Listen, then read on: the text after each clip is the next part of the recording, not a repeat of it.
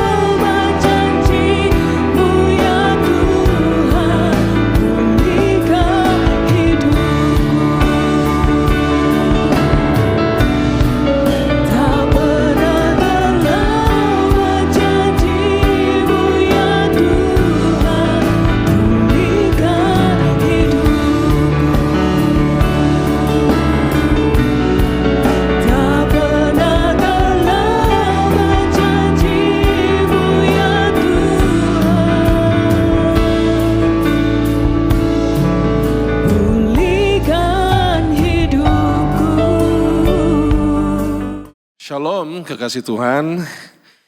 Kita akan merenungkan sebagian dari firman Tuhan. Saya berharap Bapak Saudara siap dan Bapak Saudara bersuka cita di dalam hadirat Tuhan. Saya akan mengajak kita untuk berdoa terlebih dahulu. Yuk, mari kita berdoa. Bapa Surgawi, kami percaya Engkau ada di tengah-tengah kami.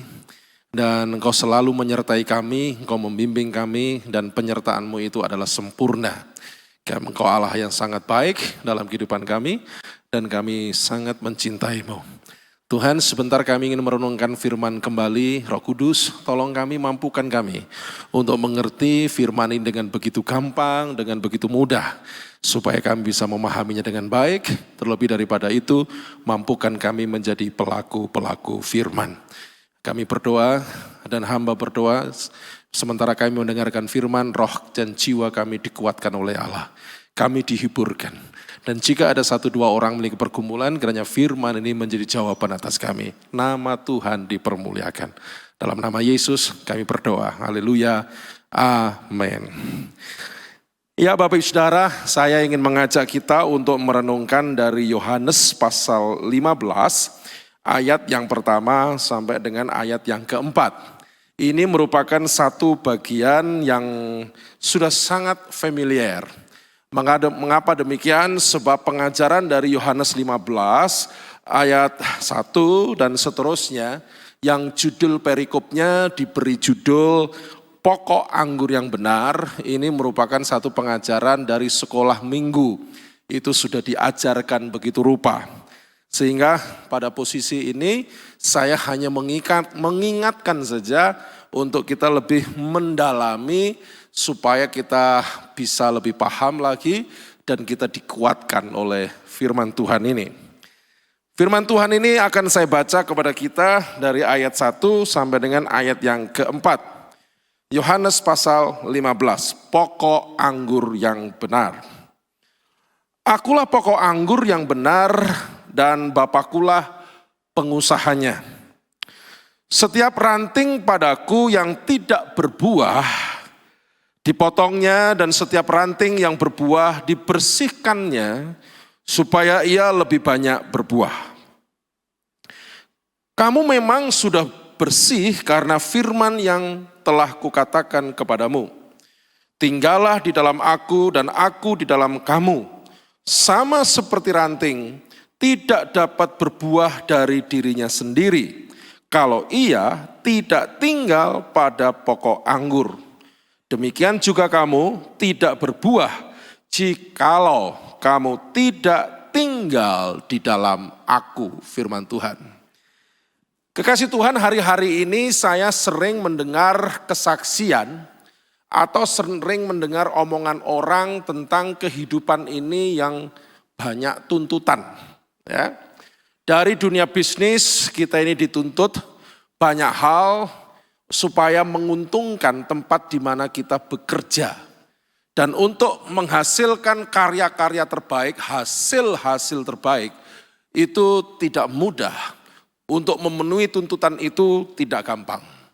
Pelayanan pun juga demikian. Pelayanan banyak tuntutan, harus menjadi pelayan Tuhan yang sabar, yang tekun, yang menjadi berkat, jadi teladan dan sebagainya. Rumah tangga yang hari-hari ini digoncang dengan berbagai permasalahan, juga dituntut. Suami menuntut istri, istri menuntut suami, atau sebaliknya anak dan orang tua ingin menghasilkan satu pasangan dan rumah tangga yang harmonis seharusnya seperti apa. Tuntutan-tuntutan itu terdengar di sana sini. Saya mendengar akan hal itu. Dan saya merasa memenuhi tuntutan itu tidak mudah. Tapi bisa dipahami bahwa memang kita harus terus berjuang dari hari ke sehari menjadi pribadi yang berkarakter baik dan berdaya guna baik, menghasilkan sesuatu yang baik, kekasih Tuhan.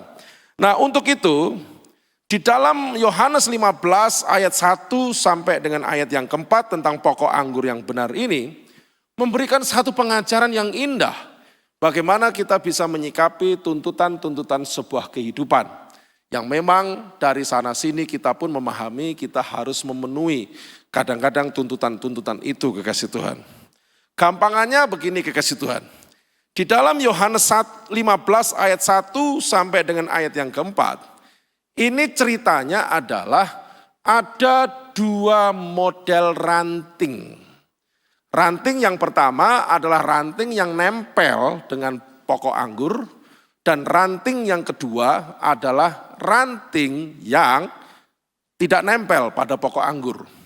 Nah, ranting yang tidak nempel ini adalah ranting yang jatuh di tanah, dan ranting yang nempel adalah ranting yang melekat dengan pokok anggur itu, kekasih Tuhan. Firman Tuhan berkata kepada kita bahwa kehidupan kekristenan kita ini diibaratkan seperti ranting yang menempel pada pokok anggur. Jangan ranting yang tidak nempel. Begitu, kasih Tuhan. Untuk menghasilkan sebuah tuntutan kerja, tuntutan pelayanan, tuntutan berkeluarga, tuntutan hidup keseharian, itu pasti membutuhkan kesabaran.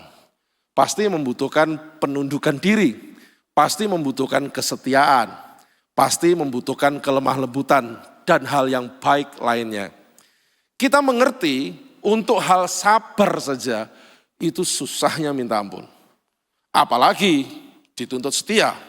Apalagi dituntut menguasai diri, dituntut disiplin, dituntut bisa bekerja teamwork, dituntut untuk menjadi pribadi yang kuat. Nah, itu enggak mudah. Maka daripada itu kita harus mengerti formula dari firman Allah. Bagaimana kita menjadi pribadi-pribadi yang baik. Sehingga kita dengan pribadi yang baik itu sesuai firman Allah, kita bisa menyelesaikan tuntutan-tuntutan kehidupan yang kadang tidak bisa kita hindari. Semua kita setuju bahwa sabar itu suatu hal yang baik. Kita pun harus sabar. Semua orang tahu bahwa penundukan diri itu hal yang baik. Kita juga harus bisa menundukkan diri. Kita tahu bahwa kasih adalah suatu hal yang mulia. Kita juga harus hidup di dalam kasih. Pertanyaannya, bagaimana saya bisa sabar? Bagaimana saya bisa mengasihi, bagaimana saya bisa lemah lembut, bagaimana saya bisa setia, sehingga dengan hal-hal semacam itu saya bisa memenuhi tuntutan-tuntutan dalam kehidupan saya sehari-hari. Firman Allah berkata kepada kita, tinggallah di dalam pokok anggur. Ranting yang berbuah itu ranting yang tinggal, yang nempel dengan pokok anggur. Tapi ranting yang jatuh ke tanah, tidak nempel dengan pokok anggur, dipastikan pertama tidak mungkin berbuah, dan yang kedua lama-kelamaan kering. Dan kalau sudah kering pasti akan dibakar sama sang pemilik kebun anggur. Yesus berkata kepada kita, di luar aku kamu tidak bisa berbuat apa-apa. Di luar aku, kata Yesus, kamu tidak mungkin bisa menghasilkan buah. Tapi Yesus juga tahu bahwa buah itu tempatnya bukan di pokok anggur. Buah itu tempatnya ada di ranting. Tapi ranting yang berbuah harus nempel, tinggal di pokok anggur. Nah, dari sini kita harus mengerti kunci bagaimana menghasilkan buah di dalam ranting itu, supaya ranting itu akhirnya ranting yang berguna bagi sang pengusaha kebun anggur, yaitu Bapa di sorga. Bapak Ibu Saudara yang dikasihi oleh Allah, firman Allah ini sebetulnya memberikan satu saja formula, satu tok rumus. Tapi satu rumus ini kadang-kadang kita sebagai orang percaya, kita malas untuk melakukannya, sehingga kita sulit menjadi pribadi yang baik dan memenuhi tuntutan-tuntutan kehidupan tadi. Pak, apa rumusnya supaya saya bisa menghasilkan buah itu dalam kehidupan saya, sehingga saya bisa memenuhi tuntutan-tuntutan dalam keseharian saya? Firman Allah berkata kepada kita, kita disuruh tinggal di dalam pokok anggur. Kata tinggal ini bahasa aslinya, kekasih Tuhan, kalau kita mengerti orang yang bandel, orang yang nakal, dikasih tahu susah. Lah kata tinggal itu artinya begitu. Contohnya begini. Orang nakal, orang bandel itu misalkan disuruh belajar ya sama orang tuanya. Ayo belajar, ini sudah jam 7 malam. Biar kamu bisa mengerjakan tugas, bisa lulus nanti ulangannya, tesnya. Lah orang yang bandel kalau nggak mau, wis nggak mau, aku nggak mau belajar. Nggak mau belajar, disuruh juga nggak mau, dimarahi juga nggak mau. Nah itu anak yang bandel. Nah kata tinggal itu seperti itu. Jadi kita ini nempel pada Yesus itu secara bandel. Wis pokoknya aku deket Yesus, pokoknya aku mau deket Yesus. Kalau aku nggak deket Yesus aku nggak mau, aku pengen deket Yesus. Lah kata tinggal itu seperti itu. Jadi kalau kita ini nempelnya pada Yesus begitu dekat, nempelnya pada Yesus begitu intim, itu nanti buah itu akan muncul dengan sendirinya. Begitu loh kasih Tuhan. Jadi buah itu akan muncul dengan sendirinya kalau kita nempel pada Yesus. Itu nempelnya yang bandel. Sungguh-sungguh. Yang begitu intim. Nah, akhirnya nanti kalau kita sudah nempel seintim itu, sebandel itu nempelnya sama Yesus, nanti akan muncul kesaksian-kesaksian semacam ini. Pak, aku dulu kalau diperhadapkan dengan masalah kayak gini nih Pak, wah, mesti saya marah Pak. Gak bisa saya terima. Ini saya nggak bisa terima. Tapi nggak tahu kan kenapa Pak ya, kok saya kok nggak marah ya. Kok saya kok biasa aja. Lah nanti muncul kesaksian kayak gitu. Jadi sabar itu tahu-tahu, kok saya bisa sabar ya?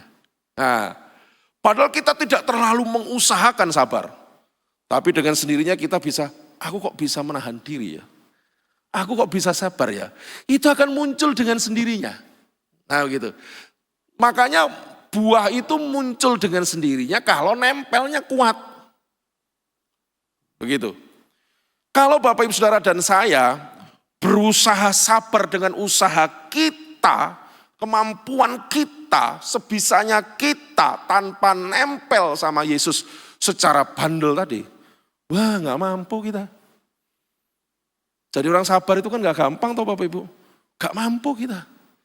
Belum lemah lembut, belum setia. Mengerjakan sesuatu yang sungguh-sungguh. Kemudian dicemooh. Hasilnya cuma kayak gini, dijelek-jelekan. Suruh setia, gak gampang. Tapi kok bisa? Nah, saya kok bisa ya setia ya? Saya nggak tahu loh, dulu saya nggak bisa. Nah, karena sekarang nempel kita dengan Yesus sudah bagus. Tinggal kita dengan Yesus sudah bagus, sudah sangat intim. Maka kita bisa keluar buah-buah kehidupan yang manis. Nah, dengan buah-buah kehidupan yang manis itu, kasih Tuhan, kita bisa memenuhi tuntutan-tuntutan kehidupan dalam pekerjaan, keluarga, bermasyarakat, melayani, dan lain sebagainya. Pak, saya sepertinya sudah loh Pak, sudah gak kayak dulu saya itu. Sepertinya sekarang ini perjalanan hidup saya itu sudah semakin baik, sudah semakin oke, semakin bisalah saya ini sabar gak kayak 5 tahun yang lalu. Tapi kenapa kok ada saja masalah? Firman Allah berkata demikian. Ranting yang sudah berbuah, Yesus berkata akan dibersihkan. Supaya apa? Supaya semakin berbuah. Jadi kalau Bapak Ibu Saudara sudah merasa lebih baik daripada tahun-tahun yang lalu, jangan heran kalau kadang-kadang ada masalah datang. Jangan heran kadang-kadang ada tantangan, tuntutan datang kembali. Kenapa? Karena itu sarana Allah untuk membersihkan bagian-bagian tertentu dari hidup kita yang belum sempurna supaya kita semakin berbuah. Semakin sabar, semakin lembut, semakin rendah hati, semakin disiplin, semakin setia, dan lain sebagainya. Maka jangan heran kalau sudah sangat baik, tetap dibersihkan oleh Allah. Supaya apa? Supaya semakin berbuah. Semakin dinikmati banyak orang. Rumus firman Allah itu begitu, kekasih Tuhan. Coba lihat kalau misalkan kita memperhatikan kisah perjalanan dari siapa? Musa. Musa itu firman Allah berkata demikian. Tidak ada orang di muka bumi ini sebelum dan sesudah Musa yang karakternya sangat lembut seperti Musa. Tidak ada. Firman Allah berkata begitu, kecuali Yesus tentunya. Kenapa Musa bisa lembut? Bisa sangat lembut. Padahal dia sudah mengeluarkan Israel dari Mesir. Sudah memimpinnya di padang gurun dengan susah payah. Apakah Musa dulu bukan orang yang berangasan, suka berkelahi? Apakah Musa dulu tidak orang yang gampang diprotes? Enggak, Musa orang yang gak bisa diprotes. Di Mesir dia menjadi orang hebat. Dia bukan orang yang sabaran. Kenapa firman Allah berkata, dia orang yang paling lembut sebelum dan sesudah dia. Karena dia sudah jadi berkat, makanya dia dibersihkan Allah supaya semakin banyak jadi berkat. Sehingga Musa ditulis orang yang paling lemah lembut di muka bumi. Diprotesi sama orang Yahudi di padang gurun ini dan itu. Musa sabar saja. Enggak gampang loh, saudara. Kalau kita mengimajinasikan kita jadi Musa, gak gampang. Di padang gurun itu tantangannya adalah mujizat. Ya, 2 juta orang yang dipimpin tanpa air yang cukup, makanan yang cukup. Mau bagaimana usahanya tetap kekurangan. Tapi kenapa Musa diprotesi dengan segala kekurangannya, dia sabar dan sebagainya? Karena dia nempel kepada Tuhan Allah. Dan dia terus dibersihkan. Akhirnya dia sangat menjadi berkat bagi banyak orang. Bapak Ibu, saya menghibur Bapak Ibu hari ini. Jika kita mau menempel dengan Yesus secara bandel, begitu intim, begitu dekat, saudara tidak usah terlalu sulit mengusahakan menjadi pribadi yang sabar. Saudara tidak usah terlalu sulit menjadi pribadi yang setia. Saudara tidak usah terlalu sulit menjadi pribadi yang lemah lembut. Dengan sendirinya, kesabaran itu akan tercipta dalam hidup saudara. Kemalah melembutan itu akan tercipta dalam hidup saudara. Dan kalau saudara sudah melakukan itu, saudara akan dibersihkan oleh Tuhan kembali. Supaya semakin lembut, semakin sabar, semakin setia. Dan akhirnya kita menjadi berkat bagi banyak orang. Rumus Allah itu seperti itu. Untuk kita bisa memenuhi tuntutan-tuntutan kehidupan. Tuntutan pekerjaan, tuntutan pelayanan, tuntutan rumah tangga, tuntutan pergaulan. Allah mau di dalam tuntutan-tuntutan itu kita jadi berkat. Allah mau kita jadi contoh. Allah mau kita berhasil. Allah mau kita jadi teladan. Nah, maka Allah memberikan satu formula, satu rumus kepada kita. Dengan pertolongan Roh Kudus, yuk kita semakin nempel, semakin intim dengan Allah. Begitu dekatnya, nanti buah-buah roh akan muncul dalam hidup kita. Dan kita bisa memenuhi tuntutan-tuntutan itu tidak terlalu sulit, tapi kita dengan gampang memenuhinya dalam kehidupan kita sehari-hari. Saya pikir ini satu firman yang menghibur, yang menguatkan kita, sebab banyak di antara kita termasuk saya, pasti ingin kita ini menjadi pribadi yang sabar, ingin jadi pribadi yang disiplin, ingin jadi pribadi yang lemah lembut. Dan saya juga menyadari bahwa gak gampang, gak mudah. Tapi puji Tuhan, ada ayat yang memberikan formula, yang memberikan rumus kepada kita, untuk kita bisa menjadi pribadi yang seperti itu. Tinggal, nempel, dengan begitu intim, dengan begitu dekat, dengan bandel, kita dekat dengan Yesus. Kita nempel dekat dengan Yesus. Maka buah roh itu akan tercipta dengan sendirinya dalam kehidupan kita. Saya memotivasi, saya mendorong, saya mendoakan semua kita bisa nempel kepada Tuhan. Maka jangan sampai punya pikiran gak ada waktu berdoa kepada Allah. Jangan sampai kesibukan menghalangi kita nempel dengan Tuhan. Jangan terlalu banyak alasan untuk kita tidak nempel kepada Tuhan. Nempel dengan Tuhan, tinggal dengan Tuhan begitu dekat. Itu adalah kunci. Bagaimana buah-buah roh itu tercipta dalam hidup kita.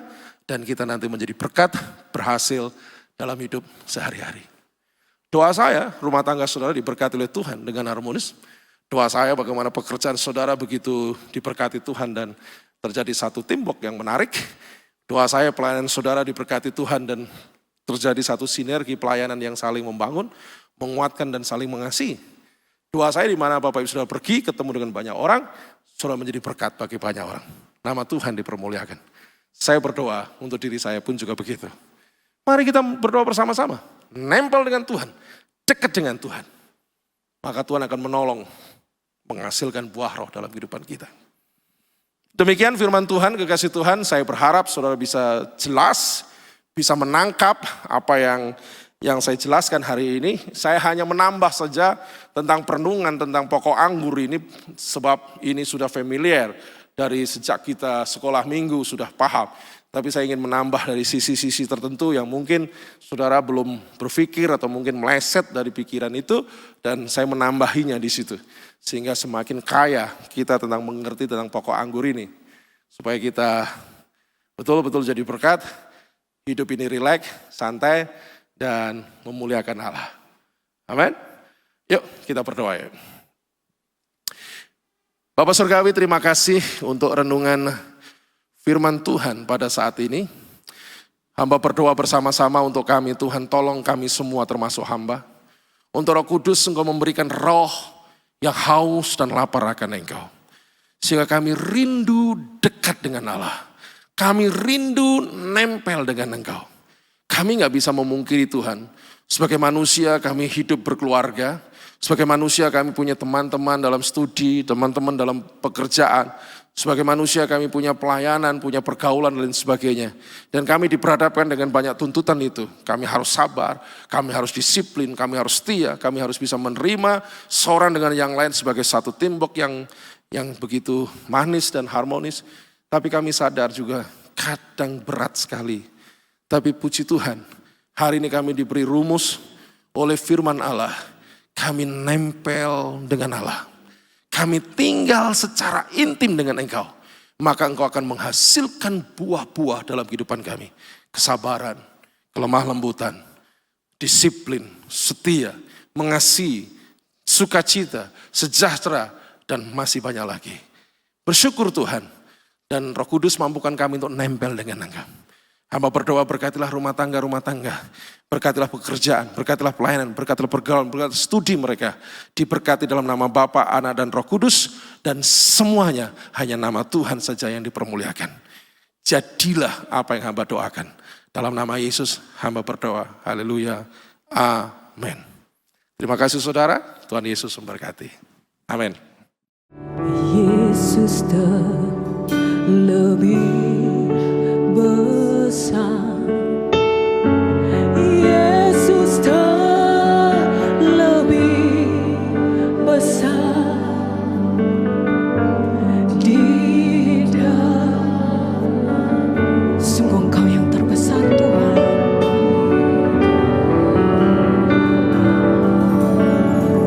Amin.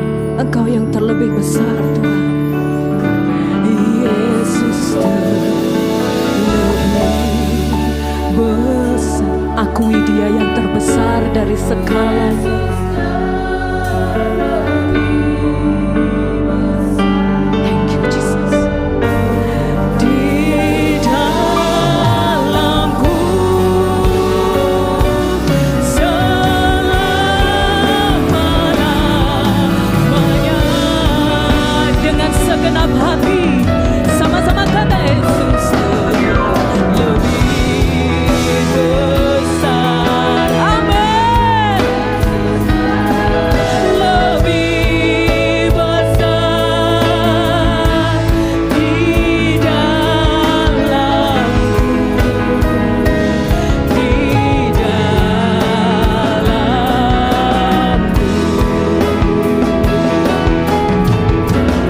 Yesus lebih besar. Yesus lebih besar di dalamku selama-lamanya. Lebih lagi dengan segenap hati katakan Yesus Dia terlebih besar dari segalanya. Kami bangga punya Allah seperti Engkau di dalamku. Amin. Di dalamku.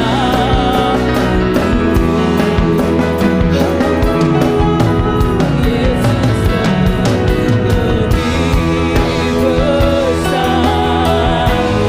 Yesus lebih besar di dalamku selama-lamanya. Di dalamku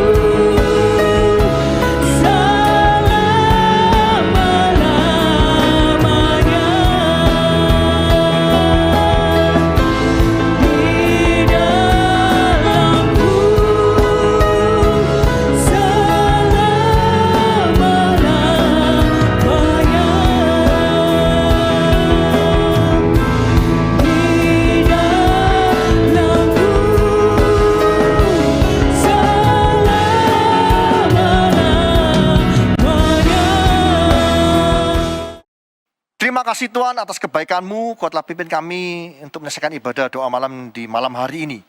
Kami percaya Tuhan, di tengah-tengah pergumulan kami tetap setia kepada Engkau Tuhan, untuk terus Tuhan memanjatkan doa kami.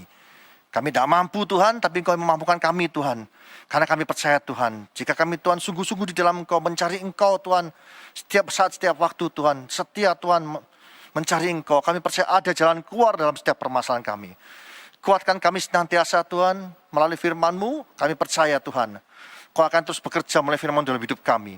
Roh Kudus, Kau ingatkan kami terus apa yang kami lakukan, supaya kami terus menjadi orang-orang yang tangguh di dalam Engkau. Terima kasih Tuhan. Urapi hamba-Mu yang telah menyampaikan firman-Mu, Kau berkati hamba-Mu senantiasa dalam keluarganya, dalam setiap pelayanannya, dan setiap apa yang dilakukan hamba-Mu berhasil untuk kemuliaan nama-Mu saja Yesus. Kau juga terus memberkati Tuhan setiap jemaat-Mu dimanapun mereka berada. Kau berkati mereka senantiasa dalam kehidupan keluarga, pekerjaan, bisnis, pendidikan, pelayanan. Kau buat hamba-hamba-Mu Tuhan, anak-anak-Mu di gereja ini berhasil untuk kemuliaan nama-Mu saja. Terima kasih Tuhan. Kami terus juga berdoa Tuhan bagi pemerintah negara ini, Bapak Presiden bersama seluruh staf jajarannya. Kau berikan kekuatan yang baru senantiasa. Kau berikan hikmat-Mu untuk dapat menyelesaikan permasalahan-permasalahan yang ada di negara ini. Terima kasih Tuhan. Lalu kekasih, kita mengangkat kedua tangan kita untuk menerima berkat dari Allah Bapa. Tuhan,